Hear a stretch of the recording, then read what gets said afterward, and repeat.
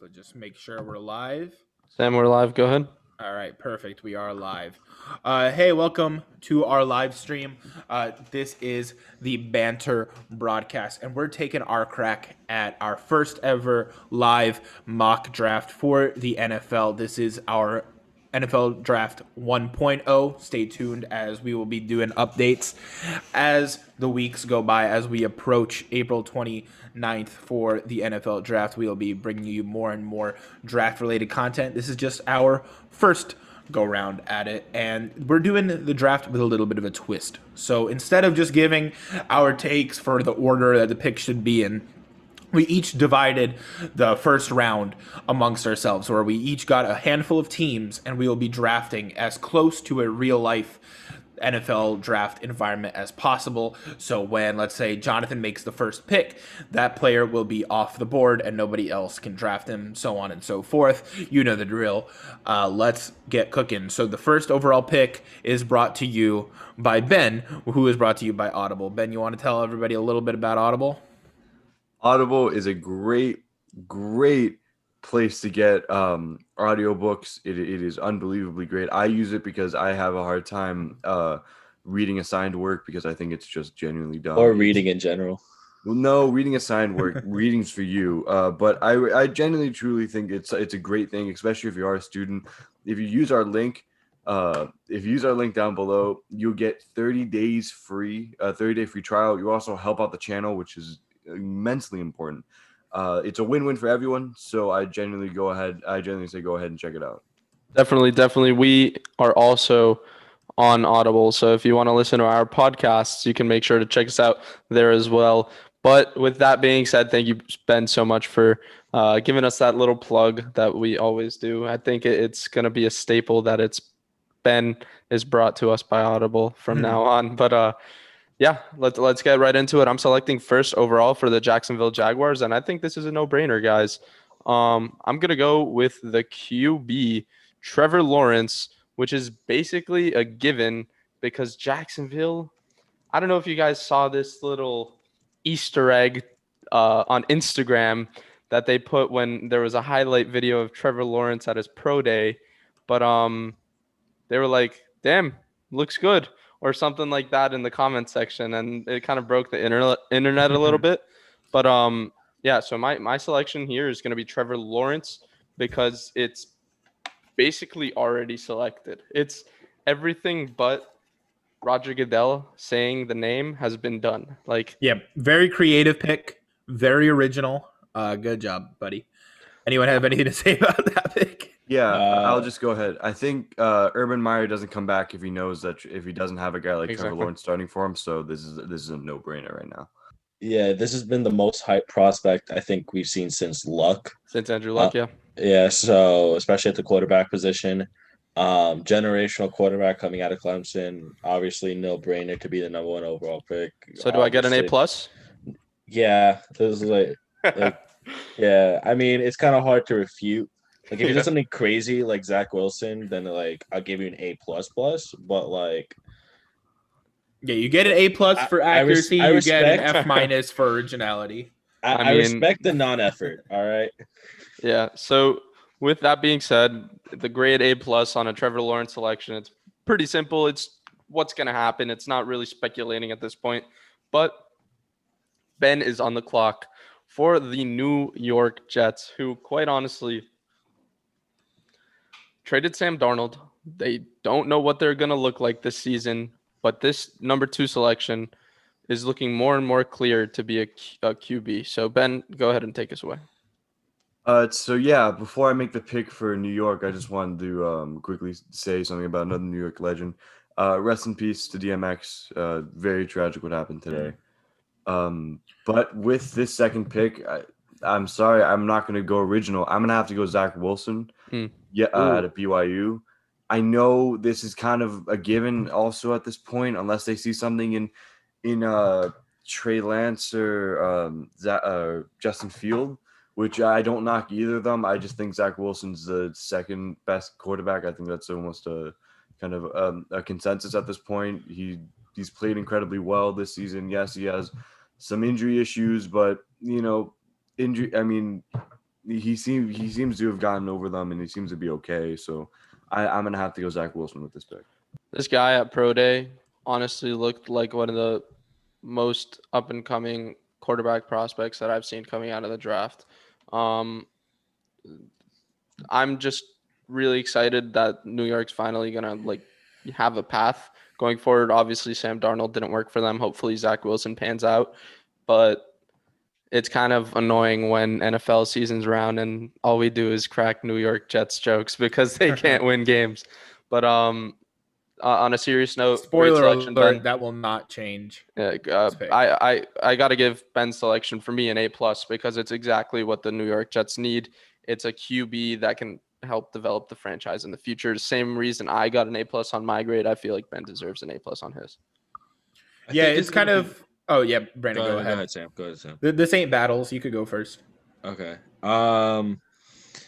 Yeah, no, I think it's gonna be interesting to see if if it was Darnold or if it was Gase's system. I think a lot of us want to say it's Gase's system, but it could just have been Darnold. But with with the recent trade for Sam Darnold, sending him to Carolina, obviously the big need was quarterback. Even though they had my guy James Morgan that they took last year in the 4th round. But yeah, Zach Wilson is arguably the second best quarterback in this draft. It's a no-brainer. Pro Day was really great. Also, Arguably is the key word here too, because there's a lot really of good great. QBs. So Yeah. Yeah, A+. It's no-brainer. Yeah, this is where Ben already knew. Obviously, Trevor Lawrence was not going to be on the board, so he had time to think about this pick. And there's no really way to go wrong. We knew he was going to go quarterback, and he gets his selection from the cream of the crop. Zach Wilson's a great prospect, and I mean, he wrote for team needs everything for the Jets. So really, there was no bad pick. As long as he didn't pick some guy that was projected to go 4th round, he gets an A+, right? No, Zach Wilson's the A+ pick. Anything else kind of strays off of that because you don't pass up on a guy like that. But with that being said, we've spoken enough about it. Ben, good job on the selection. Nice A+ all around from all of us. Brandon, you're selecting for the San Francisco 49ers, who are they going to take a QB? What are they doing? You let me know.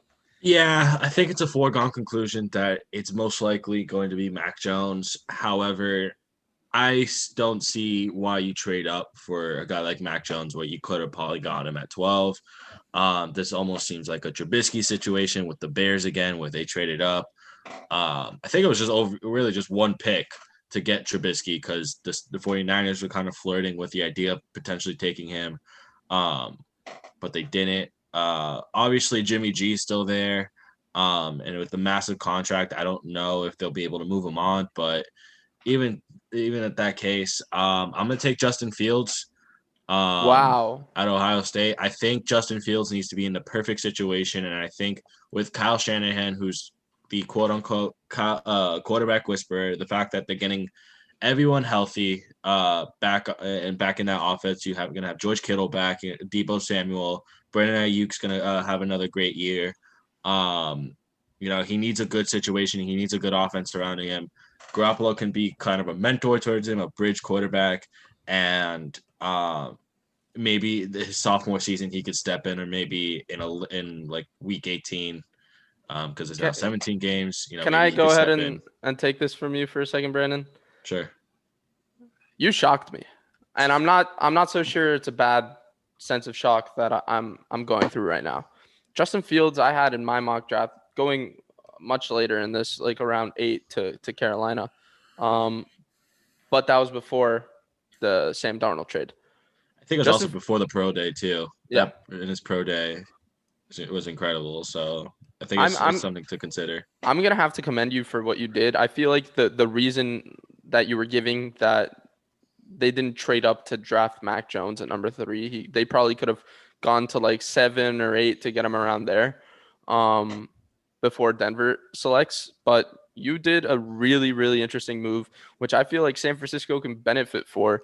And I don't want to sound like a broken record, but I give another A+ grade. This is something that we've seen in the past. Colin Kaepernick-esque QB that can run the ball, throw it really well. And San Francisco looks like they're moving on from Jimmy G. I'm going to go ahead and throw it over to Ben here.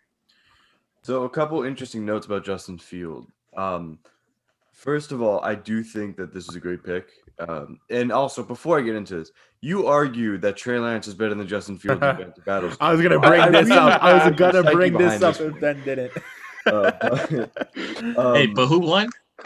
Oh no. Doesn't even matter. you told me that you thought I won, so that's different. But Who actually did? the Shanahan's run a QB camp, and they find these really great young prospects and they build them through. And Justin Fields was the guy that went through that camp. So they must know a lot about him as well. They traded up after Fields' pro day. You don't wait. You don't wait for the other guys' pro day, and they didn't. They traded after. They know who their guy is. I'm gonna give this an A+ as well, just because I think the fit, especially with the whole Mac Jones thing, where I don't think Jimmy G is there if they pick Mac Jones. I think the fit works better with Justin Fields than any other quarterback here. Sam?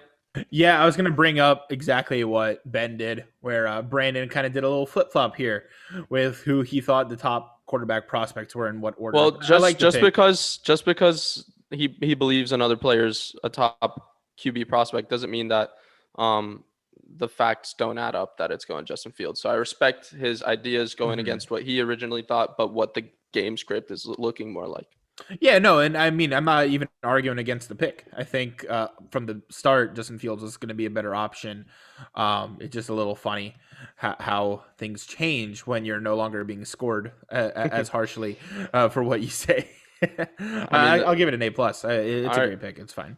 So let's go ahead and throw it to you, Sam, selecting for the Atlanta Falcons at number 4. You wrote their team need is tight end, quarterback, maybe if they move on from Matt Ryan, I'm assuming, or an offensive lineman to help out that offense. So go ahead and take us into your selection and fill it in on the draft board for you guys. Ben, Brandon, everybody, when you select somebody, please fill them in and check them off the list on the right. Go ahead and take it, Sam. So one thing that's missing in the team need is defense, because I don't think any one draft pick can solve their problems on the defensive end. Whereas on offense, they actually have a few holes that could realistically be filled in this draft. And my top 3 quarterback prospects are off the board. So if I'm the Falcons, I'm running with Matt Ryan for at least another season. And I'm going to be consistent, unlike Brandon, with my battles ideas. And so I'm going to take Kyle Pitts here for the Falcons. Hayden Hurst doesn't cut it for me. And you pair Kyle Pitts, who's a generational talent, alongside Julio Jones and Calvin Ridley. Matt Ryan has no excuses but to be the top 3 touchdown leader this season if it goes down that way. It's a really interesting pick. I got to commend you for it. The only issue that I see with this team is that you didn't include any defensive needs in your team needs when they clearly were one of the worst defensive teams. That's why they're selecting number 4 overall.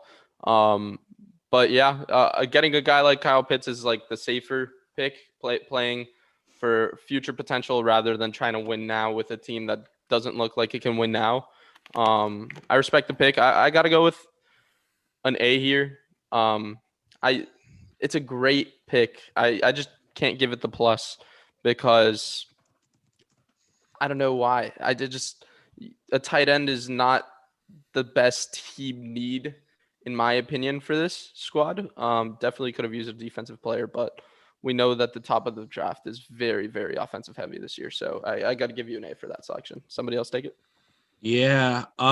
Listen, I think there's a reason why Atlanta wants to trade down. And it's probably to select a guy like maybe a Michael Parsons or Patrick Surtain. Yep. Because I definitely think they need corner and linebacker help. Listen, Kyle Pitts is probably the best offensive weapon in this draft. I've been saying, even though.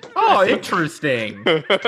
Interesting. I think he is. I mean, it's Not still, my 2-time champion. I still have my reservations about him. Again, if you're gonna play him as a tight end, he has his issues. If you're gonna play him as a wide receiver, he doesn't have any issues. Could be the next Travis Kelce, George Kittle type player. I mean, without the blocking, and that's the big issue if he is a tight end. If they are gonna play him at a tight end, if not just like a big ass receiver, like Megatron, and pairing up next to Julio. So I'm still gonna give it an A because Kyle Pitts is still again, like I said, I think one of the better offensive players in this draft. Monster prospect. He is. He's probably he's probably a generational tight end. But yeah, I'm just gonna a solid A here. Let's go ahead and And see by what the Ben way, has to say. before anything else, just for anybody watching, we're not doing trades in this mock draft. So every selection is as if the team keeps their pick. Because I know Brandon mentioned that the Falcons want to trade back. No, yeah, I just wanted to like what the thought process was because I think defensively they need more help than offensively. But Right. No, I I agree. can I'm just understand saying, taking Kyle Pitts there. I'm just clarifying it for people who don't know the way that we're doing yeah. this draft. Ben, go ahead. Yeah, I don't think we should knock him because he doesn't take a defensive like an overdraft for a defensive guy and they reach for him. I don't think we should knock him. I like Kyle Pitts. I mean, besides blocking, there's nothing not to like about him. I mean, he's great. I had them taking Trey Lance because yes, Matt Ryan did restructure, but to have him have Trey Lance sit behind Matt Ryan for a year is going to do wonders for him. I mean, Matt Ryan, for all grief that people give him, is still a pretty good quarterback. Oh yeah. Yeah, I'll you know what? I'll give this an A as well. I like this pick, especially when you're not going to try and overdraft the defensive player. You hit the ball right in the park. Really, really good analysis there. Overall, it can't be an A+ because I mean it's just strange to give the first non-QB position off the board to be a tight end. That's like unheard of in the NFL. But Kyle Pitts is that kind of prospect, and Sam thinks he'll be selected number 4 by the Atlanta Falcons, with myself being on the clock for the Cincinnati Bengals, who I am not very fond of, division rivals. So I put wide receiver, tight end, offensive line. I was kind of looking for Kyle Pitts in this scenario to kind of just grow up with Joe Burrow, but I'm gonna go with another guy. Let me just go ahead and say I really wanted to select Penei Sewell here, but I'm not gonna do that. I'm gonna go ahead and take the clear-cut number 1 best wide receiver prospect we've seen in a long time, Jamar Chase. And I know Ben might be upset with this selection because he's selecting for Miami. And if I were him, I would want Jamar Chase on my team. But yeah, that's all I got to say. Jamar Chase, playmaker. He's going to go out there, develop with Joe Burrow instead of Tua. And he's going to go out and be a all-pro caliber wide receiver. I'm going to start because I feel like I should start here. No. Not because I'm picking from Miami and not because I'm a Miami Dolphins fan. First of all the reports that are coming out feel like smokescreen. Secondly, your team gave up 48 sacks.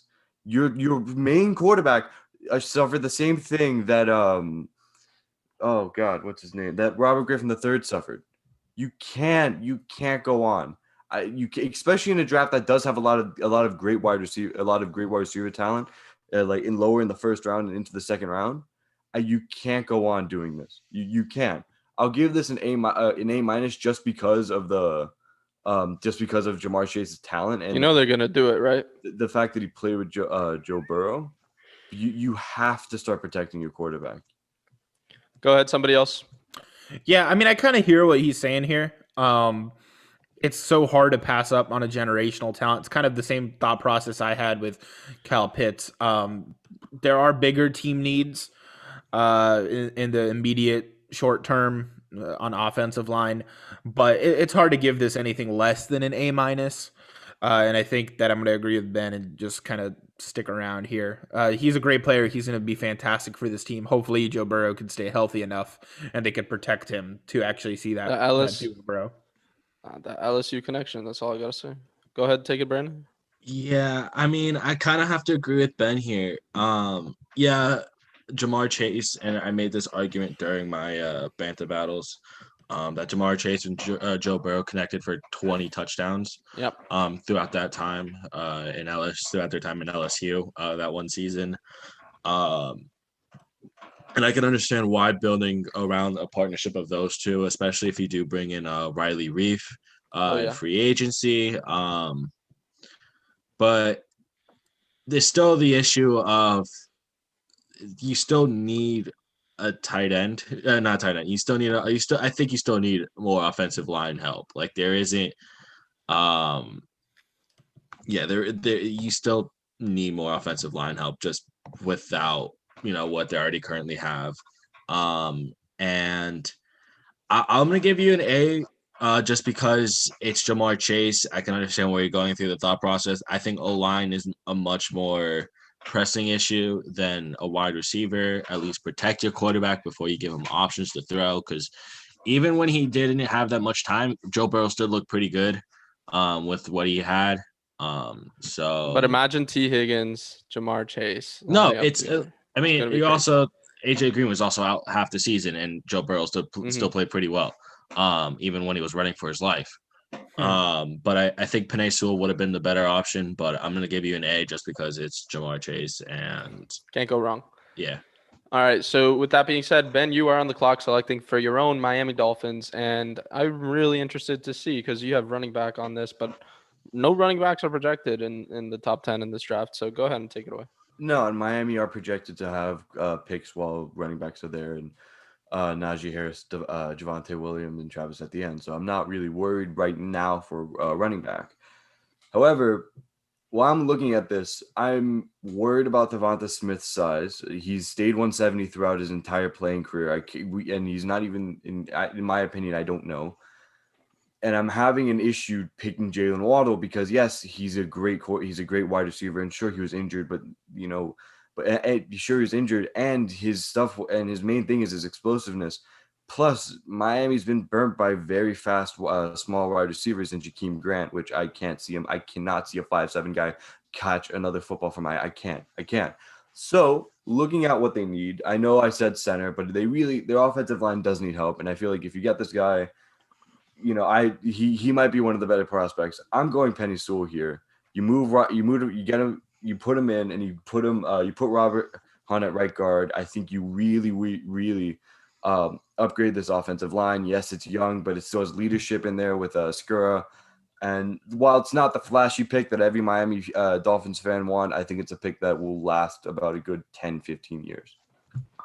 Yeah, I mean, they turned Laramie Tunsil and Kenny Stills into a bunch of first-round picks. You might as well go ahead and replace Tunsil with a really good offensive lineman. Can definitely help out the team develop and to develop in the future. So pretty good selection. I like it. I know a lot of Dolphins fans want to take wide receiver running back in this draft. That's kind of their hope as a fan rather than a GM. But I'm going to have to give you an A on this selection. Really good selection. Go ahead and insert it into the Excel sheet for us. I'm going to give you an A. I'm going to throw it to Brandon or Sam. I'm gonna take this one because I think I'm more of a Dolphins fan than Brandon is at the current moment. But I don't love the pick, but I understand it. I think Ben is suffering a little bit from gambler's fallacy. He thinks that because 5'7" wide receiver got burned in the past, it's gonna happen again with a new one. It's okay. That's a normal way to look at the situation. I don't know if you pass up on that kind of talent, especially when. Jonathan and I made it so easy for you by taking the other two skill position prospects before. Kind of opens the door. Like, if you're not going to get DeVonta Smith now, you're not going to get your hands on another wide receiver pretty much for the rest of this draft. But if you want to protect Tua, it makes sense to go with the top-rated offensive lineman prospect. I'm going to go with A- on this one. Sounds good. Let's throw it over to Brandon to get his thoughts and then transition to Brandon's selection for Detroit. Yeah, I get the pick. I get the reasoning behind it. You want to protect the option. You can potentially get a guy like Rondell Moore with your 18th pick, or even Tooney maybe in the second round, because you do have early rounds. You have early selections in those rounds. But I don't see how you pass up a guy like DeVonta Smith or Jalen Waddle. It's kind of hard to pass up on either one of those. I get it. Both are slim and fast and small. But at the same time, one's a Heisman Trophy winner, the other one's averaging 21 yards per catch. It's kind of hard not to pick one of those. They're explosive, they're dynamic, they're going to give another option for Tua. And also, what's the point of drafting Austin Jackson last season? You drafted Austin Jackson last season. Move into guard because now Flowers can move back in. But Flowers played really well at guard. Or he's versatile. You can play right tackle and then move Hunt into right guard. Okay. All right. So Flowers is a very good O-line guard. can shift. I'm gonna go. That O-line. I'm gonna go. Okay. I'm gonna go with A- because it's Penei Sewell is the best offensive tackle in the draft, but I think you needed a wide receiver over an offensive line. Definitely one of the biggest team needs. I'm going to throw it right back to you, Brandon, and your selection for the Detroit Lions. So I think I have the most difficult decision here. No, I'm just kidding.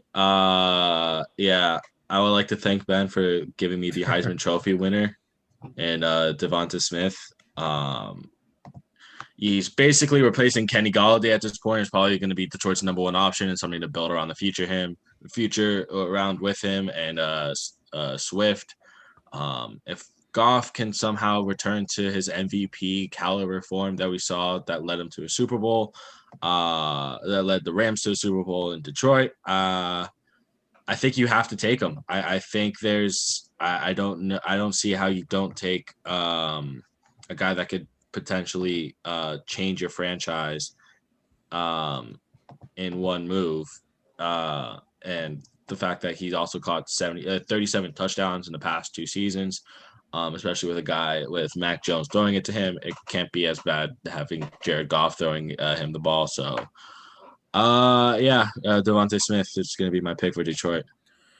No brainer. That's an A+ right there. They lose Kenny Golladay and replace him with the Heisman winner. You can't ask for a better replacement than that. A+. Can I ask why not Jalen Waddle? I think it's just the injury concerns. I think that's the big thing. He did miss a few. He did miss some significant time last season, but I think with Devonta Smith, you're getting a guy that I think is a surefire, ready wide receiver. I think Jalen Waddle needs a little bit, but I think Devonta Smith and Jamar Chase are the two guys that you point at, and Kyle Pitts in terms of offensive weapons, and say like they're ready to be in the NFL. 100%. I like the pick. It takes a lot of moxie for this team. I could also see this team moving back in the draft, not necessarily going with a wide receiver here, but trying to win now with the team with like the Swift and Goff, and you now lose Golladay, but you still have Marvin Jones, I believe, there.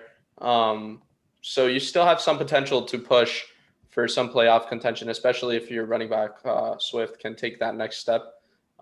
This team's definitely going to develop into something nice. I'm going to go ahead and give you – I got to give an A- though, because I just see this team going and being the first team to draft a defensive player. No, I get that. Yeah. I get that.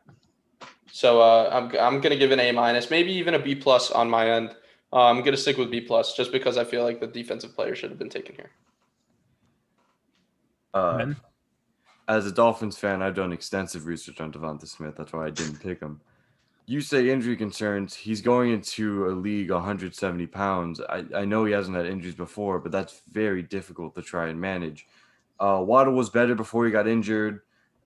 He's played with one of the best wide receiving corps we've seen in the past couple of years. And Heismans don't really mean much. Remember, Johnny Football won the Heisman, so let's really look at that. So did Derrick Henry. Oh, jinx. No. Derrick Henry didn't play well until they started molding their offense around him. So, which almost anyone can play well if you mold your offense around them. So that's kind of. Could you play well if a college football team molded their offense around you? Well, Didn't think so. Any I'm football right. player, any football player. No. Any football player around. So what's the grade? I'm gonna go B+ as well.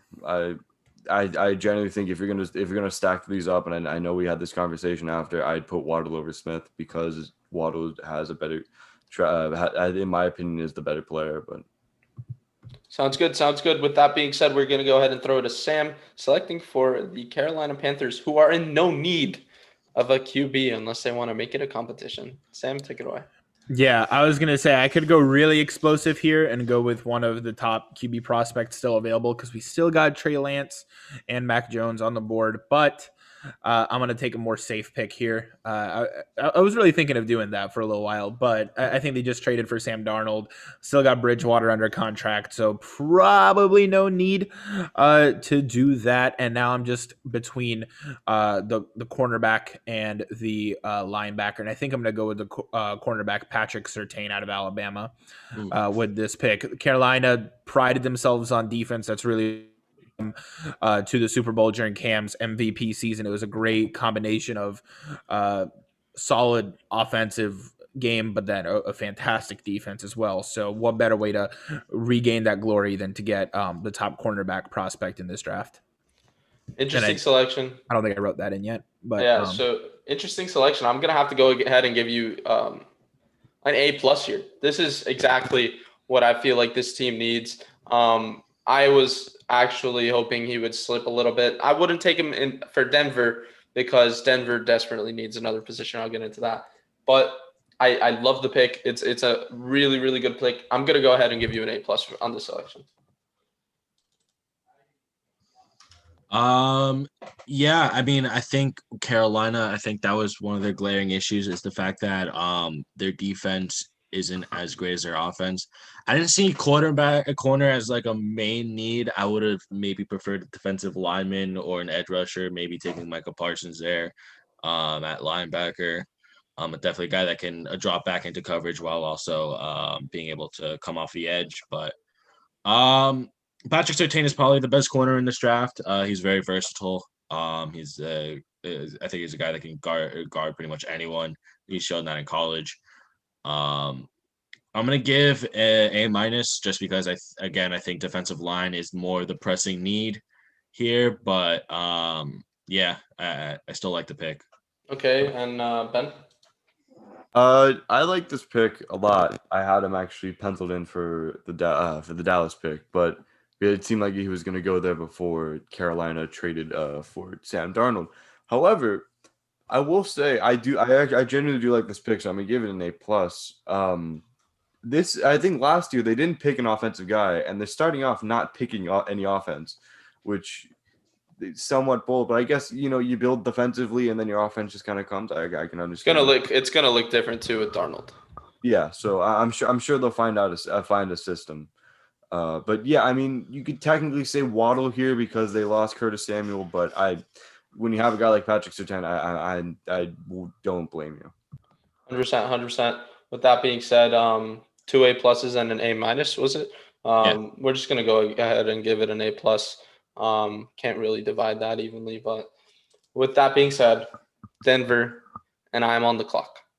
And as I said earlier, this team had some blaring issues. In my mock draft that I did before some of these trades, before some of these pro days, I had Trey Lance being selected at number 3 for the San Francisco 49ers. To see him at number 9 is really, really promising, especially for a team that I believe needs a QB. They need to move on from Drew Lock, and they need true potential to move forward. We always know John Elway likes to get a new guy in the system and kind of take him under his wing to develop. And Trey Lance is that guy. I'm going to go him over Mac Jones because Trey Lance has that more potential rather than NFL ready right now. Trey Lance, if Trey Lance's blueprint and development goes as planned, it could be at a higher level than a player like Mac Jones is. We already know Mac Jones has a high floor, a decently high ceiling as well, but he has a higher floor than a guy like Trey Lance, but Trey Lance has a higher ceiling, which is what I'm going to go with Denver. What do you guys think? Yeah, I think it's an interesting move. I'm not gonna lie, I actually had him taking Michael Parsons here, to maybe be the heir apparent to Von Miller, to really shore up that defense because that's actually won them Super Bowl 50. But getting a guy that can probably compete with Drew Lock, I think is smart, and then getting a guy that is as dynamic as Trey Lance, I think it's throwing caution in the wind. I think it's a guy. I think you're pretty much playing with fire here. I like it. I do. Maybe O-line, so maybe or Sean Slater. I know it's a bit early, but maybe taking him for the offensive line could have also been more of a pressing need. I'm gonna give an A here. Just again, big Trey Lance fan, and I can understand why the QB need. Go ahead and take it, Ben. Sam isn't here. I like this pick. I look. I think Mac Jones is probably. I know John Elway's not actually drafting this year, but I think that Mac Jones is probably the pick that if every push comes to shove would fit more, just because he said he's more NFL ready and going into that kind of system. And for a guy like Trey Lance, I'd want him to sit behind someone for a year or two just to get that NFL readiness. Like, I don't know what the Packers are doing with Jordan Love. I guess I don't know, but. Yeah, I'm gonna give it an A. I mean, Trey Lance's ceiling is unbelievably high, so I don't blame you. Sam, you were gone for a second, but I selected Trey Lance for the Denver Broncos, and I got A's from both of the Hulkmans. I want to hear what you got to say. Yeah, I mean, I didn't hear what they said. I might be repeating old points. I would have loved to see a defensive player here, but I completely get why you went quarterback because Drew Lock's just not going to cut it for them long term. And if you want a project, someone that maybe it'll take a little bit longer to get to that NFL ready form. However, super high potential, a guy that can make a big difference. You take the L for a year or two and let this guy develop, and then eventually, hopefully, be a force in the league.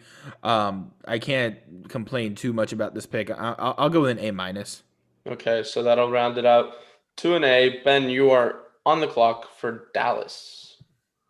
So there are some needs with Dallas. I know in my mock draft, I ended up going with Rashawn Slater. However, I feel like corners are more pressing need. They lost Byron Jones. They lost I forget what else, but they really need more corner than they need anything else.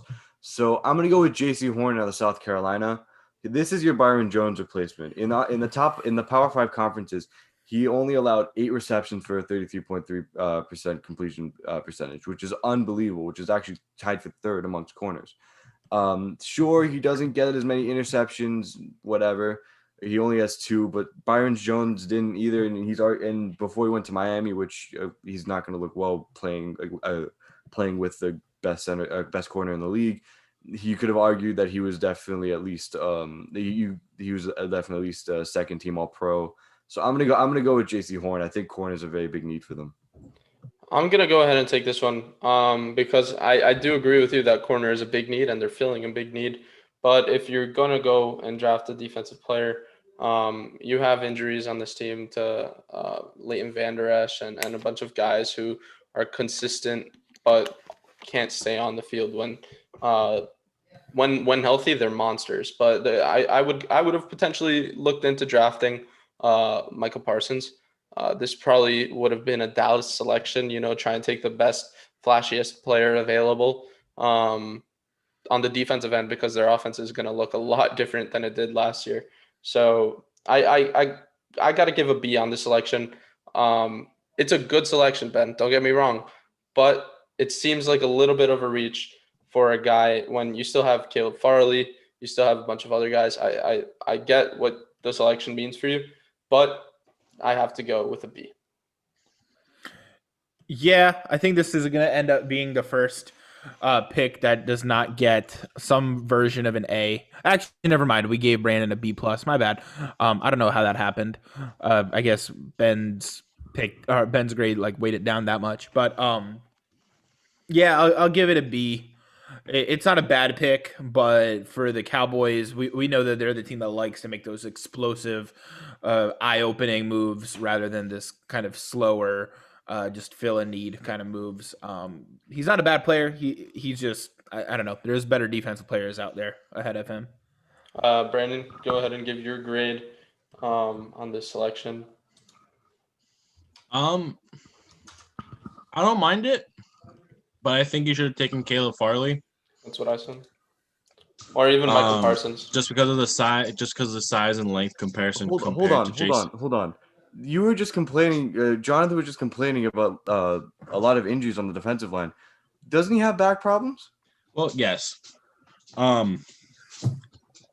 But I think I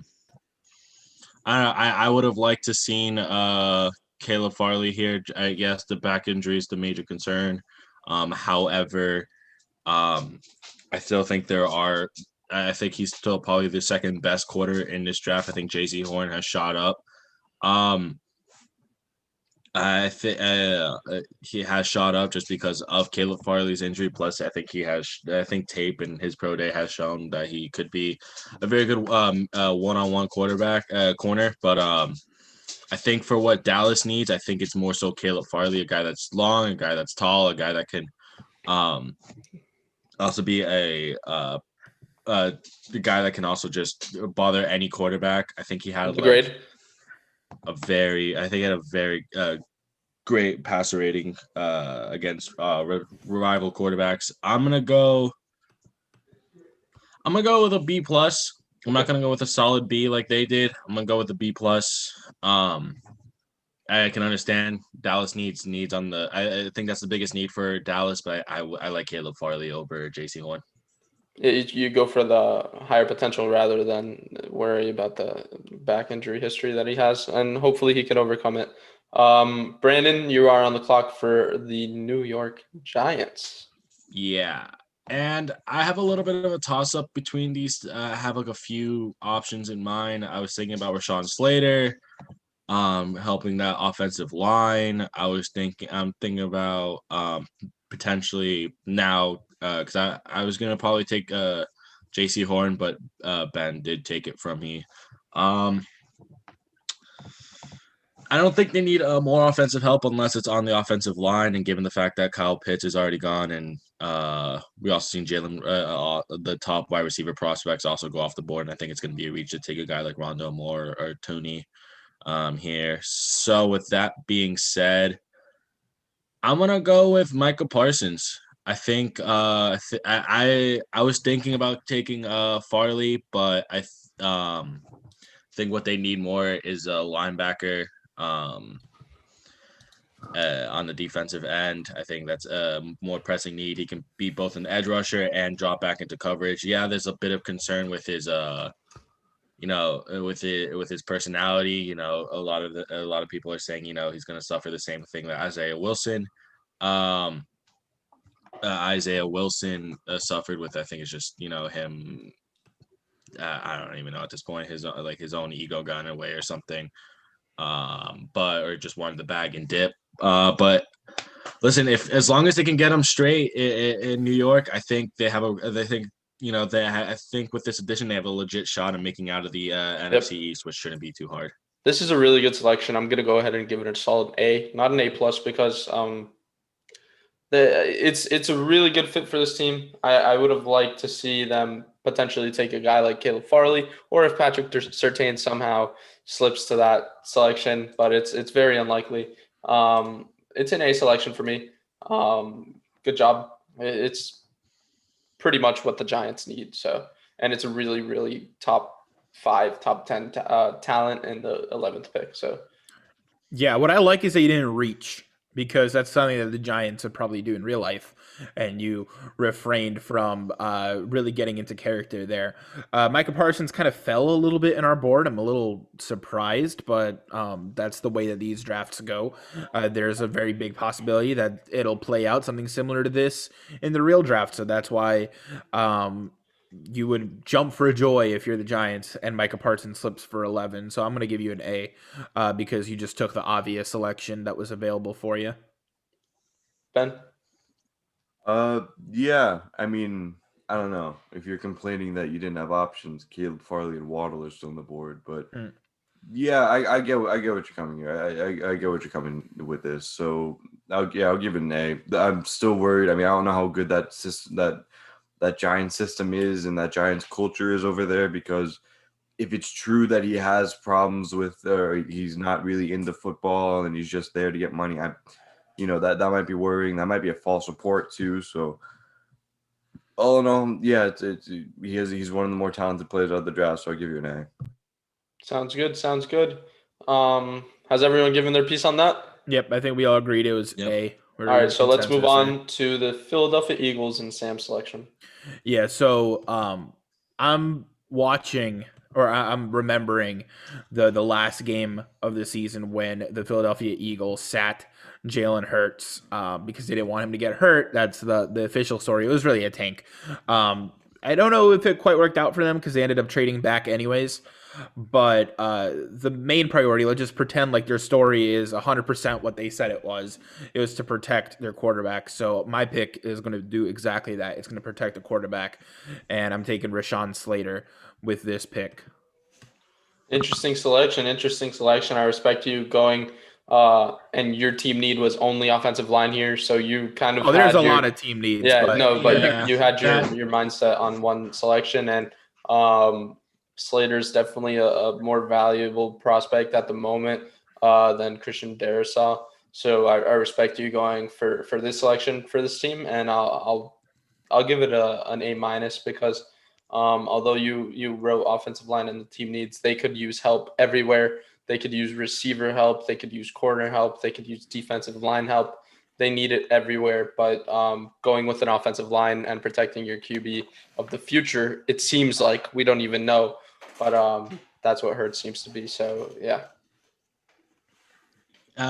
Yeah, I mean, this guy can play all across the offensive line. I think he can play guard, tackle, and center.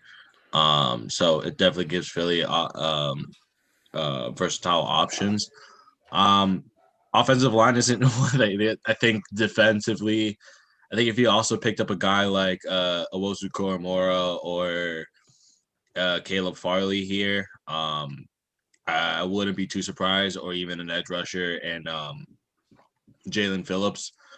I think would have been also a good pick, but I think any pick for Philly right here is going to be good. So yeah, I'm gonna give you an A.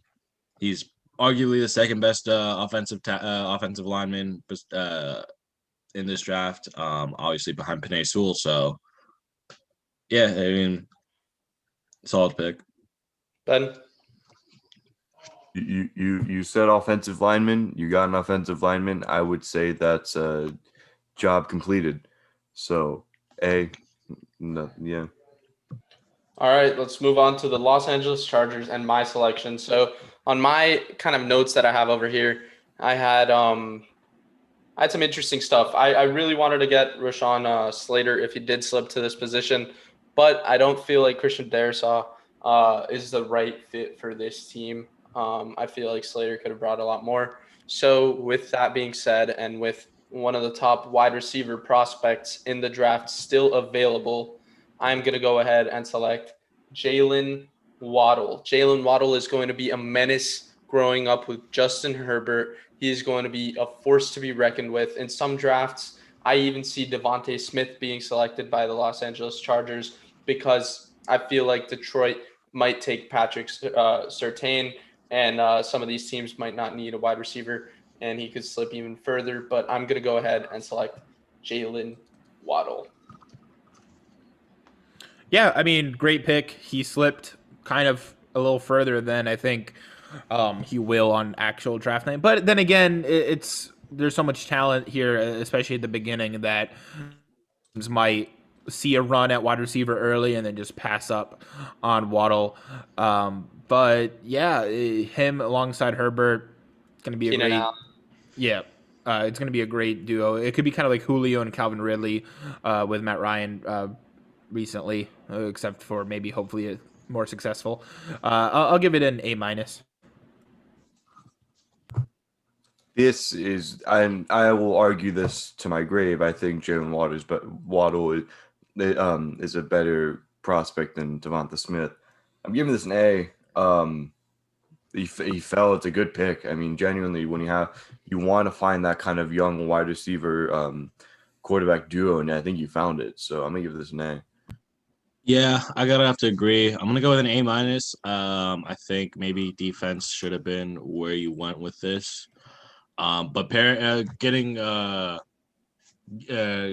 giving Herbert another option on the at the wide receiver position, I think is perfect. Go alongside Keenan Allen. You're losing Hunter Henry to free agency, so yeah, I'm gonna give you an A minus here. Like the pick, it's gonna do solid in LA. All right, sounds good. Let's throw it over to Ben, which I'm assuming wanted Jalen Waddle a little bit too here, because Minnesota could have paired him with Justin Jefferson. I don't know. You let me know, Ben. It could have been fine. I mean, yeah, wide receiver could have worked. But you live and you learn, and I think, Kirk Cousins, as much as he is good, may have to go. I'm not picking Mac Jones, by the way. I'm not. I know that there are a lot of better talent here. I'm stuck between a defensive end and a tackle. So I feel like okay. I'm gonna go with, whatever. I'm gonna go with Christian Darrisaw. I think you need. I think offensive talent or offensive linemen, especially offensive tackles, great offensive tackles, are to come by. I think he's a very good prospect. Is he the better of the prospects? No, but Christian Darrisaw is still a very good prospect. I don't know how many times I'm gonna say prospect in this sentence, but Prospect. The prospects, when viewed inside a vacuum, this is a pretty decent pick. Yeah. So I'm gonna pick Christian Darrisaw for Minnesota. Yeah, just adding another offensive lineman to a team that is a run-heavy offense is just going to do so much for this team, and even maybe open up a little more the passing game, which we've seen struggle since Stephon Diggs departed to Buffalo. I'm going to go ahead and give you an A+ on this selection. It is exactly what this team needs if a top wide receiver is not available. So it's 100% a great selection. Yeah, I would have either gone with an offensive line or edge rusher here for Minnesota, or safety, because I think that's also a big need. But if you can get a guy that can pair alongside Hunter, I think he could have been. I think that could have been an interesting prospect at the linebacker position. But Darrisaw is gonna help. Obviously, Dalvin Cook just gain a lot more yards, just giving Kirk Cousins more protection. But yeah, a solid pick. I'm gonna go with an A- because I would have liked defense over an offensive line here, but still solid pick. This is one of the most realistic reaches that could actually happen in an NFL draft. There's always teams that are reaching a little higher for those offensive tackles. It's such a valuable position to get in the draft. And for a team like the Vikings, whose main offense is give Dalvin Cook the ball and let him run, you can never have enough offensive tackle talent. So, I love the pick. I'm going to give it an A. So you get an A. You get all of the variables in the A. You get the minus, the A, and the plus. So really great selection. And with Brandon's selection, he takes Mac Jones. Am I right? It's a no-brainer at this point. I was thinking Mac Jones should be where I go here. But it's not. It's not going to be. I'm actually going to go on the defensive end. It was between Kwity Paye out of Michigan and now that whatever corner was left on the board, if there was, and now that Caleb Farley's still on the board, and especially the fact that Stephon Gilmore is most likely out of Foxborough, heading out of Foxborough, I'm going to go Caleb Farley. The back issue, I can understand why maybe Belichick, which, by the way, he's sitting right behind me. Why he might not take it, might go with an edge rusher, especially with Kwity Paye still on the board. I think he's the best defensive lineman in this draft. But yeah, I rather take I think with Stephon Gilmore heading out, I think their need on the defensive end is corner, and gonna go with Caleb Farley.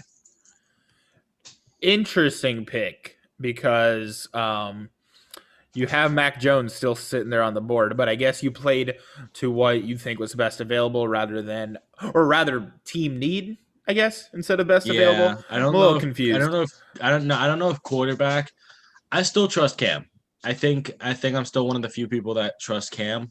I still think he's going to have one full season where he's not coming off an injury. And he's going to understand the offense better, especially with now that there are going to be OTAs and a preseason and an offseason. So I think he can turn this thing around in New England. And if anything, they could probably restructure Jimmy G's contract and just get him back next year. So Yeah, I'm a little. I'm not 100% sold on this. I think Cam is done. We said it last year, or I think you and Jonathan were really big on Cam, and Ben and I were like, hold your I horses. drafted him in most of my leagues.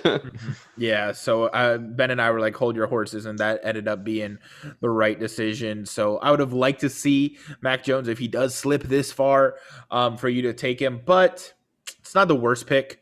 He's a great cornerback if he could stay healthy, but I'm going to give this a B. Interesting. I'm gonna have to go with B minus. Although Caleb Farley is a really good player, I feel like this team is gonna draft QB. They're gonna have Cam for this year, and Mac Jones can take a year, learn the system, learn the Patriot way, and he'll be a really, really good player for this team. And I do feel like that's kind of what this team, if he does slip to the selection and teams don't trade up, or the Patriots don't trade up. But I'm gonna go B minus. It's not a bad pick, but I would have liked to see Kwity Paye come off the board here. I'm not the biggest fan of Mac Jones as a prospect, so I can understand you passing on him. Like everyone's gonna have their druthers on Cam Newton. So, is Caleb Farley the biggest need? No, you signed Jalen Mills, which I know isn't the best corner in the world, but Gilmore's out of there, dude. You still need another corner. Is he? Because he hasn't been traded yet, and we've heard this since the trade deadline. So, is he really? But yeah, I like this. I like the player being picked. I don't know if I like New England picking him for certain. So I'm going to give you a B plus. So yeah, that's my take. Interesting. And with that, we will round Brandon's grade to a B and throw it over to Arizona and the Cardinals with Sam. Yeah, so I was kind of hoping that Farley would slip to the Cardinals because that's a bigger team need, but there are still quite a few prospects left on the board. I think on offense, they're chilling. They have one of the scariest skilled positions in the league with Kyler Murray, D-Hop, and the rest of their crew. So I'm going to look on the defensive end. And since my top remaining cornerback option wasn't available, I'm going to go with probably the best athlete, if I can say that. I don't know if that checks out 100%, but the best athlete, in my opinion, left on the board in Kwity Paye for their D-line. Yeah, it's a really good selection. I feel like with the addition of J.J. Watt, this defense is going to look a lot different than it did last year. Mm-hmm. Definitely a lot more efficient in getting at the quarterback. And when you added a guy like Kwity, it's just going to be a nightmare for opposing teams. And when you have a really good offense and a really good defense that wins championships, and this Cardinals team can really take that next step and contend with some of the top tier teams next year. So I'm going to go ahead and give you an A on this selection. Yeah, I mean, I was looking for him for my New England pick. He's the best edge rusher in this draft, I believe. Having him and J.J. Watt on that defensive line, it could be very scary. So I'm gonna go ahead and give you an A minus. Probably if you still reach for corner, I wouldn't have knocked you. But still like the pick. I'm gonna give you an A minus. I'm gonna give you an A. I think Kwity Paye is a great talent. I mean, you could say running back, but in air raid offense, I don't know if running back's the biggest option. So, yeah, you don't have any good corners there. You take the best guy off the board. So, Kwity Paye, that's a good one. Definitely. So that's going to round it out to an A and put me on the clock selecting for the Las Vegas Raiders. Now, let me tell you, Mac Jones is still on the board. Mm-hmm. Can you guys hear me? Mac Jones is still on the board. And I don't realistically see him being on the board at this round, at this point in the first round. But that's a really interesting – it's catching my eye, but it's not taking it away from the fact that this team's got Mariota. They've got Carr. They've got Gruden, who's kind of on the hot seat because this team hasn't really performed well in the past few years, and he got a 10-year contract to try and build this team in Las Vegas. So if Mac Jones is still here, I wouldn't be surprised if they took him, but I'm not going to do so. I'm going to go ahead and draft Elijah Vera Tucker, the offensive lineman, and just protect your QB, protect Jacobs. You protect this team to potentially contend in the future. I'll go on. I'll say I'm gonna give this an A. I like this pick. Look, they reshuffled their O line like heavily in the offseason. So getting some young guys in, I'm gonna give this an A just because it's a need. It's gonna be there. You want to protect Carr at all costs because he did come off a pretty good season, and hopefully with the development of Ruggs, you have 1-2 punch there, and you still have Darren Waller there. So if you can get him more time in the pocket, I think Derek Carr moving forward can be pretty good. Yeah, I had either taking an offensive lineman or whatever pass rusher is still there, or top pass rusher still there. I had possibly Aziz Ojulari, I think that's how you pronounce his last name, out of Georgia. But I can understand why the need for offensive line, losing Rod Woodson in a trade is going to definitely impact it. You're going to try to give Derek Carr as much time as he can. Yeah, I'm going to give him an A. Solid pick. Yeah, a team that right now it's kind of in purgatory in the NFL. They're not quite good enough to compete. They're not quite bad enough to completely tank. Tackle is always a safe pick, and at this position, there's really no way to go wrong with taking Vera Tucker. I'll give it an A. All right. With that being said, let's throw it to the man selecting for Miami once again, Ben. All right, so this is going to be a throwback because in the NBA mock draft that we did, I planned for the Celtics an entire draft around those 3 picks, and I kind of made it so that once you got to the end, all 3 picks made sense. Now this is going to start to make sense. I just got a lineman. Yes, Tua needs help. Figured I should pair him with someone that he played with. So I'm going to go with Najee Harris. I think he's obviously the best running back in the league, best running back. Yes, edge is still there, but there is good edge talent in the second round. Miami is a very high pick in the second round. They need a bell cow running back, and he's also very, very good dual threat quarterback. Not quarterback, sorry, running back. And you just add another offensive weapon for Tua, and I think that's what you need. I know I didn't pick him in the first, but now you have arguably the best offensive lineman in the draft and the best running back in the draft. Maybe a reach, but I respect the hustle. It definitely fills in a role that the Dolphins kind of struggle with for a while. I know his name is slipping my mind right now, but their running back last year before he got hurt, Gaskin, was balling out a little bit, but he was inconsistent. I think he got hurt, right? At some point. So getting a Najee Harris to pair alongside with Tua, they did play together. Definitely can't go wrong with that. I think it's a bit of a reach at 18, so I can't give it an A, but I'll give it an A-. I think this pick deserves an A. It's I in my mock draft I actually had them selecting Etienne, but Najee Harris is still a great running back. He's probably they're both of them have a lot of upside, but Najee Harris is probably more NFL ready currently. So that's probably why the Dolphins would select him if they do select the running back. So I respect the pick. It's an A pick for me. Yeah, and the plan that you're setting out for the Dolphins is one that they should follow. I respect it. I can understand why people have reservations taking a running back as early as 18. I would have also liked to see Owusu Koromora come off the board here. I think they need to replace Kyle Van Noy. And I think he would have been a suitable replacement for them on a much cheaper contract and probably could have given them the same level of productivity on the field. But I can respect it. I'm gonna give you an A-.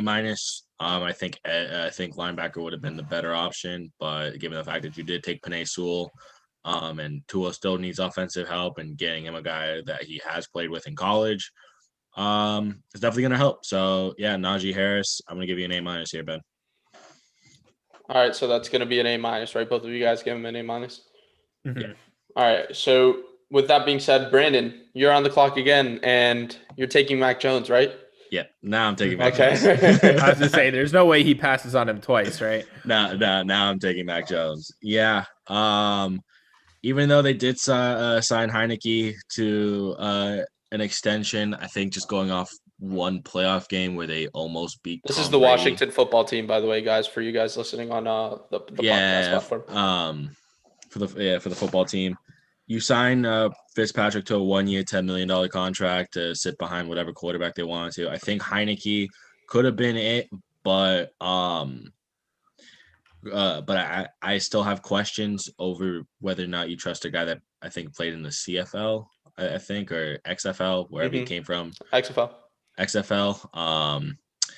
I think Mac Jones, he can sit behind Fitzpatrick. It's another guy that he can learn behind. There's like Tua last year. Yeah, Mac Jones for me is coming off the board. I'm giving you an A+++. I wrote it in already. This is the best pick Washington could have possibly done. You have really good young talent on this team. Gibson, McLaurin, you name it. If you develop them with a guy like Mac Jones, who takes a year off behind Ryan Fitzpatrick, one of the smartest minds in the NFL, it's going to be a nightmare. Washington actually will have a future path if Mac Jones somehow slips to 19. I could see them even trading up to select this man. Yeah, listen, I'll give you an A+. Jonathan will give you an A+. Every single person, I'm 99% sure Ben is about to give you an A+, even though he's not too hot on Mac Jones. There's only one person who will not give you an A+, and that's Ryan Fitzpatrick, because he's probably shaking his head going, not again. Yeah, this is by far the best pick that you could have gone with. There's some other talent available right now on the board, but Mac Jones, I've seen projections where he's a top 3, top 4 pick, and you're getting him at 19. So yeah, of course, you take that, you run with it, you figure the rest out later.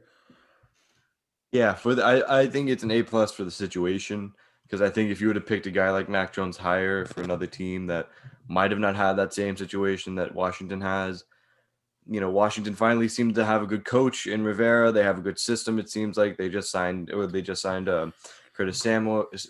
So you now have 2 of the fastest wide receivers in the league. I just feel bad for Fitzy, man. I'll be honest. When you made that pick, I don't know if you can hear me. I was like, damn, I feel really bad for Fitzy. But yeah, I'm gonna give him an A+.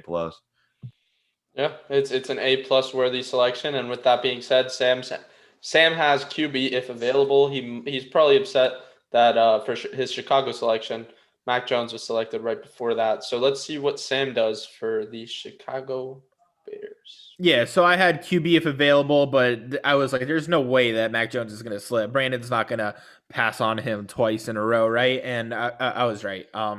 So I'm going to be a little bit more realistic here. So they get Andy Dalton. He wasn't even that bad in Dallas. It's just that he's old and you have to protect him if at all possible. I don't love the wide receiver talent that's left on the board. So I'm going to go with the other team need in offensive line. And I'm going to go with the most versatile lineman left on the board. He's lined up pretty much at every position, right guard, both tackles. I'm going to go with Tevin Jenkins. Really, yeah, it's a good pick. Go ahead and take it, Brandon. Yeah, I honestly, in my mock draft that we wrote up, I think I had Chicago taking Mac Jones here, to sit behind Andy Dalton. So you passed on him in your mock draft, but not in this one. I did. Come on. Hey, I don't know what you want me to say. But nah, I think Tevin Jenkins is probably the best late first round talent offensive line here. I mean, I think Leatherwood and Mayfield are second round talent. A good option here. A young offensive line that you could build around for whoever Dalton's going to be replaced by. And yeah, I'm gonna give you an A. All right. I'm gonna go ahead and give you an A for all the reasons Brandon just said. Really good selection. This team needs it, so it's an A. Versatile offensive lineman, you can't get enough. It really doesn't hurt. So yeah, A. With that being said, I'm selecting for the Colts now at number 21, and on my board, I for some reason thought that Darisaw could potentially still be here, but I was gonna take Tevin Jenkins. He's not there, but it's all right. If they don't go offensive line, I could realistically see the Colts taking a wide receiver. I realistically could see T.Y. Hilton's kind of replacement come in, pair him with Pittman. You have that three-headed monster in the backfield too with Taylor, Mack, and Hines. So I'm going to go ahead and select Rondale Moore, the wide receiver. I think he's probably the best wide receiver on the board. I think he has like a 44-inch vertical for his size, which is crazy. I think he's like 5'7", 5'8". So definitely a good pick here. I might have wanted to see an edge rusher like a Jalen Phillips come off the board here. Just because the Colts do need help on that end. Even though then you can pair him up with a guy like Darius Leonard on defensive end, but like the pick, I'm gonna give you an A-. Yeah, I like the pick also. He's 5'9". I mean, we talk about everyone wanting a new Tyreek Hill kind of guy. This dude's explosive. He's unbelievably athletic. I like him, so I like him as a prospect. So yeah, I'll give him an A actually. Yeah, can't go wrong with this kind of pick. Late in the first round, you're kind of taking your chances, and this is not a bad gamble to take. So I'll go with an A. Yep, you got a new look offense with Carson Wentz and some other guys that you can develop around him. Already have a really good offensive line, but they could have used another one or two there to help him out. But wide receiver definitely was a need for this team, and I appreciate the A's all around. Ben, select for the Tennessee Titans, please, at number 22. I was thinking wide receiver here, but again, there is good wide receiver talent that can bleed into the second round, so I wouldn't be so worried at that point. So with Tennessee, I'm gonna go with an edge rusher, and I'm gonna go with a guy that I saw absolutely destroy FSU 52-10. I'm going with Jalen Phillips. He is an athletic monster. I know this is sort of the Jadeveon Clowney replacement. But I genuinely do think this man could be just as good in his first couple of years, or even better. Yes, there is some injury concerns, but he's stayed healthy throughout his entire tenure with the University of Miami. There's a reason why this guy was coming out of his class. He had 8 sacks and 15.5 tackles for loss. He is explosive. He is dynamic. He ran a 4.46 or 4.56 in his 40. I think a 4.41 in his 40 cone. I mean, or in his 4 cone. So I genuinely do think that that Tennessee can use a guy like Jalen Phillips. Yeah, it's kind of a dream come true if you can get your hands on this prospect out of Miami. Really, really talented. As you could see, not too happy about it because I'm not a big fan of the team. But yeah. He did do us justice, and I was watching that game. So this guy's a menace. And if you get your hands on him, especially a team like Tennessee that can contend for a playoff spot in a Super Bowl, potentially, you jump at the opportunity. This is an A+ selection for me. I'm really surprised that Jonathan was able to put his FSU pride aside to give you an accurate grade on that pick. Yeah, it works for me. I'll go with an A+ as well. Can't go wrong with a beast edge rusher like that. I'll give you an A. The only reason why is I would have taken Tooney here, especially losing Corey Davis to free agency. I don't see edge rusher as being a big need unless they're not going to re-sign Clowney, which depends on where he's heading off to. I don't think we've heard anything about it yet. So, yeah, I'm going to give you an A. I'm not going to give you the plus just because he still gets it anyways. Yeah. with that being said, Brandon, let's just throw it right to you in selecting for the. Yeah, I am gonna go with defense here. I'm gonna go with Owosu Koromora out of Notre Dame. Again, I've been saying that I would have seen him. I would have seen him go to Miami at 18. Again, he's a guy that could replace Calvin Noy, which means that he can not only drop back into coverage, but he can also be a great edge rusher as well. And a guy that's potentially a much cheaper CJ Mosley replacement if the Jets do decide to move on from him. They are paying him handsomely at being 30, 31 years old. So, yeah. It's an interesting selection. I would have potentially gone with Aziz here. I definitely feel like Aziz is a higher talented prospect as it stands currently.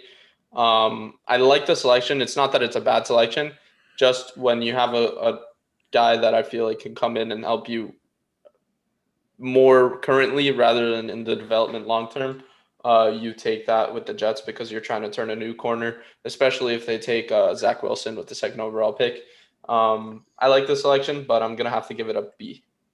It's the Jets. So everything Jonathan said would be true for any other team but the Jets, because the Jets are not going to win now anytime soon, no matter what they do in this draft.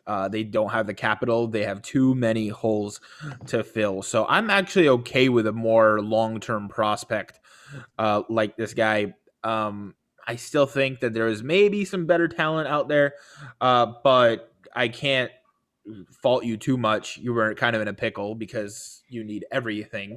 You even wrote it right there, everything ? So I'll give you a B+. I'm gonna actually have to go with an A. It's a much value pick for something that's very long term. I had him going earlier in my mock, but yeah, Jeremiah Owusu-Koramoah is a very, very talented player. Brand's been hyping him up for like months. It seems like to me, he's just like, oh, he should go in the top 10 or something, whatever. But No, not top 10. I'm just saying yeah, he's the second best linebacker out of Michael Parsons. Against Trevor Lawrence at this point, as how much you were hyping him up. But yeah, I eventually fell for it. So yeah, sure, I'm gonna give it an A. All right. With that being said, let's go ahead and throw it to Sam, selecting for my Pittsburgh Steelers. Yeah, so I feel like I'm going to get the most scrutiny from Jonathan on this one because whatever I pick, if it's not what he wants, he knows this team back and forth. But I wrote the team needs. That was kind of just to see if I can mess with him a little bit.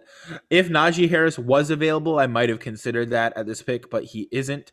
So I'm going to mention something that maybe Steelers fans will recognize. They had the best defense for the first 11 games, and then injuries one by one started taking people out. So they lost Bud Dupree in the offseason. I think that was their biggest defensive loss, but they lost a couple other guys too. So I'm going to go with an NFL-ready defensive talent in Azeez Ojulari here at this pick. I'll go last. Yeah, I think if you're losing Bud Dupree in free agency, he could be a replacement here.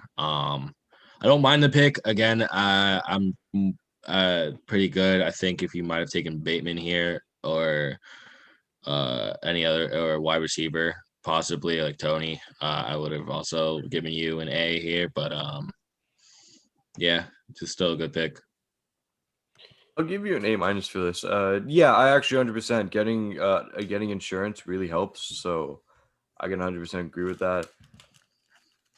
You could have gotten a guy like Etienne or Javonte Williams. I could see that happening, especially with it doesn't seem like they're going to get their running back. They're not going to get Connor back. It seems like I'm not really sure where he's going to go. But yeah, I'm going to give you an A-. I think it's a good pick. All right. It's a good pick, Sam. I got to give you that. But if the Dolphins don't take Najee Harris, I do see Pittsburgh taking Najee Harris. It's a really interesting thing that you didn't even did you consider at the end here? I don't mess with him as much as Harris. I think that would be too much of a reach at this pick. Okay, so the thing that I have with this is that we definitely do need some defensive help after losing a lot of big time names to other teams, and we're getting Devin Bush back. We're getting a bunch of these players that were hurt last year back, so we're going to be one of the top defenses again in the league, which hopefully can carry the lack of offense. But with that being said, I would have probably taken a guy like Tony here to put alongside Juju. Claypool, and then you get another guy. I don't trust James Washington as much as I want to. I don't trust a lot of these guys on this team other than Claypool and Juju. And then even Juju's kind of like a big question mark nowadays. So if Tony was off the board, if Tony is still on the board here, Pittsburgh probably wouldn't have taken him, but it's probably what they should have done. But it gets an A- for me. Who's on the board? Me again? That's you All with right. Jacksonville back again. So Duval County. Duval County. This team used to go by the name of Saxonville. Then they lost all their really good players. So, yeah, this is. Hey, gonna Miles be, Jack is still there, so that's something. Yeah, Miles Jack is still there. In my mock draft, I had Jalen Phillips go into this team, but I'm gonna go with Jason Owa. So that's gonna be another guy coming off the board right here. I had him going 30 to Buffalo on my mock draft out of Penn State. So he's a really good talent. Could bring a lot to this Jacksonville team. That if they don't go defense here, I wrote wide receiver. I wouldn't be surprised if they did take a guy like Tony to try and help Trevor in a way. But yeah. So that's the selection. Yeah, I would have actually gone with Mooring here, to Trayvon Mooring, as a safety, probably the best safety in this draft. Very, very, very, very is a very, very smart safety. One of the I think is probably probably the smartest safety in this draft. Yeah, I mean, I don't know if they need defensive line help, especially if they have Josh Allen and Miles Jack and CJ Henderson there. But I can understand why you take it. So I'm gonna give a B+ here. Yeah, at this point in the draft, it's kind of like you're picking hairs. You're just trying to gamble on the best prospect available. We could debate whether this was the best prospect available or not, but it's certainly not a bad one. So I'll go with the B+. I think it's gonna be B+ all around. Is it a big need? I don't really think so. Yes, there is some good wide receiver talent down here, but Jason O is a good talent, so I'm not gonna knock you for that. All right, take it away, Ben. Selecting for Cleveland at number 26. Brandon got my pick. It's this is my Jabril Peppers replacement for Cleveland.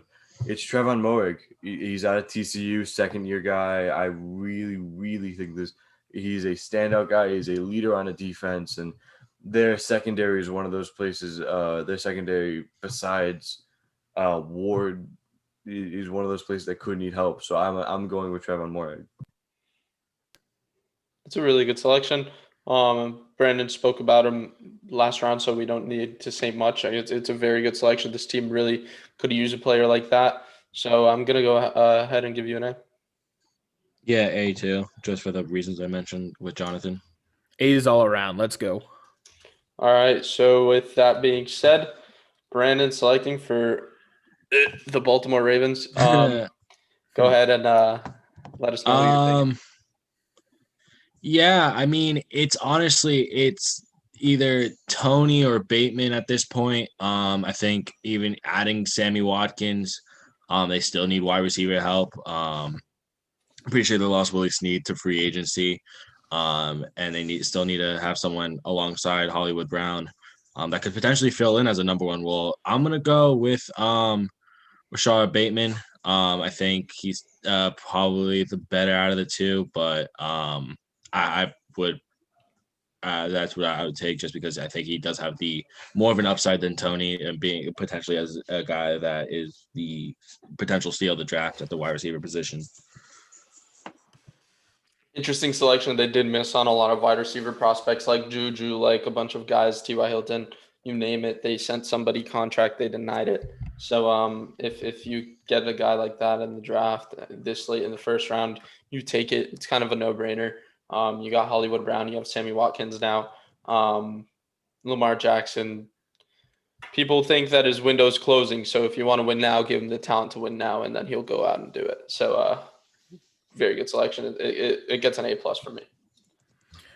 I'm okay with this pick. Obviously, you were between two guys.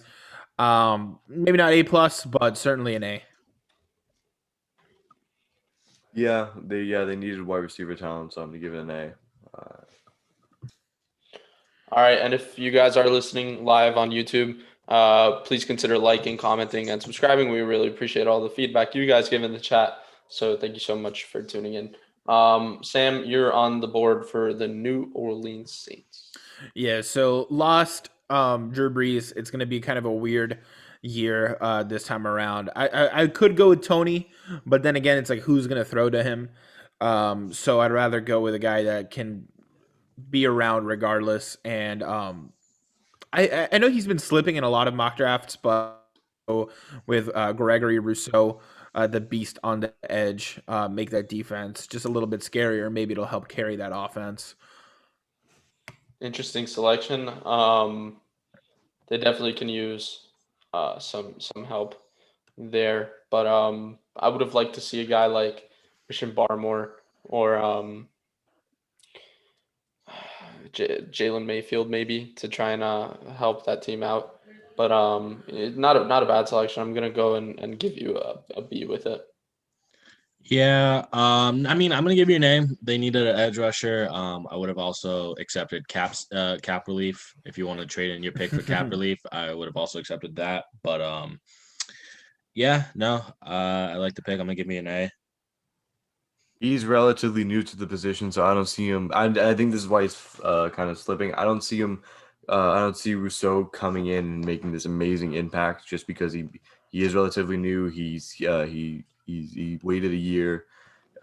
He was okay at his pro day. He wasn't the best, but when you learn from a guy like Cam Jordan, I think you know sky's the limit. Sometimes this guy has endless potential. So I'm gonna give you an A.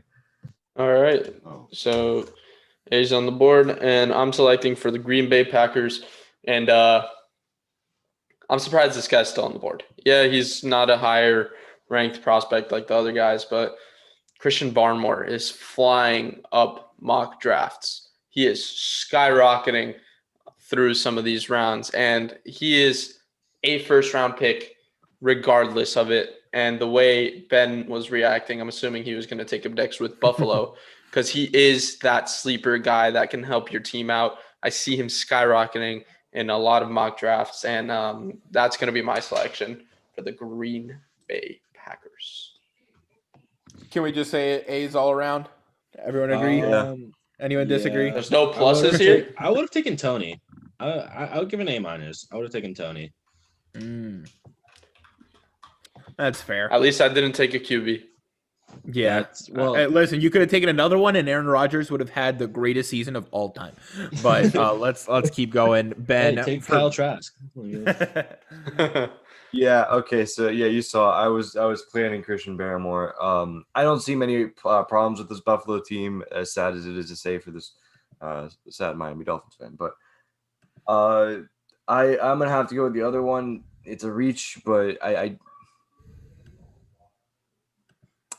would go running back here because they do need running help. But I'm not messing with Travis Etienne as much. And I don't think they need a bruiser as much as Javonte Williams is going to give you, and he's not as big as a dual threat. So I'm going to go with Asante Samuel Jr., corner out of Florida. Yes, he's somewhat small, but you can kind of hide him in a zone, and I think that really can help. He's athletic. He's got a good jumping. He's very good at jumping. Like the thing at the combine where you jump and vertical. hit the thing vertical. Thank you. He's got a very good vertical. He's got great ball skills, so I think it's a good pick. Definitely a good selection. I'm gonna go give you a B+ for it.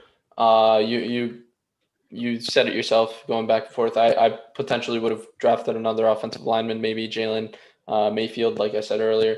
But it's a really good selection. You can't really complain about it. This team, as you said, doesn't really have many holes. Travis Etienne could have been a nice piece for them, but you didn't go wrong. Yeah, B plus. I kind of agree with that assessment for pretty much all the same reasons you gave. They have a running quarterback, so running back isn't as big of a need as for maybe a few other teams. It's a good pick. Yeah, I'm gonna go A minus. I would have also taken Tony just in case, just as another offensive weapon, but the corner was a much bigger need. Asante Samuel was the best corner available. Yeah, it's a bit of a reach, but it's late in the first. He's an early second, so it really doesn't make a difference. A minus. All right, so that Sounds rounds good. up a B plus then, right? Brandon, Yep, can and we then can we assume that your pick's gonna be Tony? Yes, my pick is gonna be only if Tony. it's in a vacuum. My pick. This is the Sammy Watkins replacement. They addressed their offensive line in free agency. I don't really. I mean, again, I could take Leatherwood, or Mayfield, but I honestly, Tony is still here. He's the best. I think getting they already addressed it by signing Cal Long and the guy who's the guy from New England. I can't think of his name, but they already addressed it. Slater? Not Slater. They signed someone else from New England. Okay. Tooney. They signed Okay. Tooney. So they So already you got a addressed their Tony offensive. and you got a Tony. Yeah, exactly. So yeah, I'm gonna go with Tony out of Florida, 6 foot, really good wide receiver. Shot up a lot of mock drafts, but he's had a really good, solid career The in college. rich get richer, and Kansas City gets another nice receiver. It'll help him out in every way possible. Patrick Mahomes, the more talent you give him, the more talented he is, and that's probably a really good pick. Again, I'm gonna say it. Jalen Mayfield should be a first-round pick. It could have probably gone here. I realistically see that happening. I'm gonna give you an A minus. I'm gonna give you a B plus because I do think Jalen Mayfield should have been your guy. Remember, they did lose 2 tackles and they did lose 2 offensive linemen. They only picked up 1 on a very expensive contract. If you're going to try and finance that with Mahomes' contract, you need to get a lot of good offensive linemen from the draft. So, yeah, I'm gonna have to give you a B plus. Yeah, protect your $500 million man as much as possible, but give him as many weapons as he can get as well. So B plus for me. Sounds good. And let's throw it over to Sam for the final selection of Banter Broadcast's NFL Mock Draft 1.0. The Tampa Bay Buccaneers are selecting 32nd overall because they did win the Super Bowl. Sam, take us to what the champs are going to be selecting. Yeah, Brandon, you heard that? The champs. I'm coming for you in Banner Battles this time around. I have 2 more than you 2 combined. All right, let that set in. Yeah, well, the Tampa Bay Bucks beat the defending champions, and I'm selecting for the Tampa Bay Bucks. So no real wrong move. They're so strong at every position. So I'm going to go with probably just the best talent available in Travis Etienne. He doesn't have to be effective from the get-go. They still have Fournette and Ronald Jones. He can learn behind them, but he has so much potential that if and when one of those 2 guys leaves the team for whatever reason, he can easily fill in and be an absolute beast for them, given a little bit of time to prepare. You know what? I'm going to give you a C+. I'm sorry about it, but this team does not need a running back. They just re-signed Leonard Fournette. They still got their boy Ronald Jones back there. They need Jalen Mayfield. Hello. I've been saying it. You would have gotten an A+ out of me had he gone here. But this is an interesting pick, to say the least, but it doesn't warrant a B in my mind. What do you guys think? Honestly, I would have gone Barrymore. I was actually hoping to take. I think with my Kansas City selection. But if he fell to the Bucks, I would have expected you to take him. I would have gone a defensive line here with Levi on. I don't know. I'm not even gonna try. On Missouri. Yeah, I would have gone defensive line. I'm gonna go. They don't need Etienne. That's just dumb. Yeah, I'm gonna have to go with Jonathan C+. I'll be nice and say B- because Wussy. Still C plus. yeah, I'm just being like it's consolidation. Okay. But yeah, I would agree Mayfield or I was gonna say Levy. Jesus Christ, I'm so Jewish. Levi, definitely could have been that pick, but yeah, I'm gonna have to agree. I don't think they really need Travis at the end. Even Zayvon Collins could have been a really good pick. Sam, very questionable one to wrap it up, but always want some controversy. Want to back yourself up just to end the podcast and the live stream on a better note. Yeah, Gooder. they had a fantastic defensive season. No need to go for any of those guys. And are you really going to trust Leonard Fournette to stay healthy and Ronald Jones also to Yes. stay healthy? Yes. I don't. I really With do that not trust offensive those line, guys. yes. Yeah, all it takes is one hit, and these guys are fragile. It's football, Sam. You could say that for anyone. Paper skin and glass bones, right? Is that how the saying goes from SpongeBob? But NFL stands for not for long. yeah, it does stand for not for long, and you could always have an extra running back on the depth chart. Never hurts. All right, well, that is going to wrap it up for Banter Broadcasts NFL Mock Draft 1.0. If there's major shifts to the order, if there's some trades that go down, like the Carolina Panthers trading for Sam Darnold, we will be bringing you guys another one, but we will definitely get one more at least before the draft comes. If things change, updated, you're going to get at least one more, a 2.0, and then a post-draft. We give you the draft coverage you want, the draft coverage you need, and the draft coverage you can't find anywhere else. Thank you guys so much for tuning in to Banter Broadcasts NFL Mock Draft. It's been a pleasure.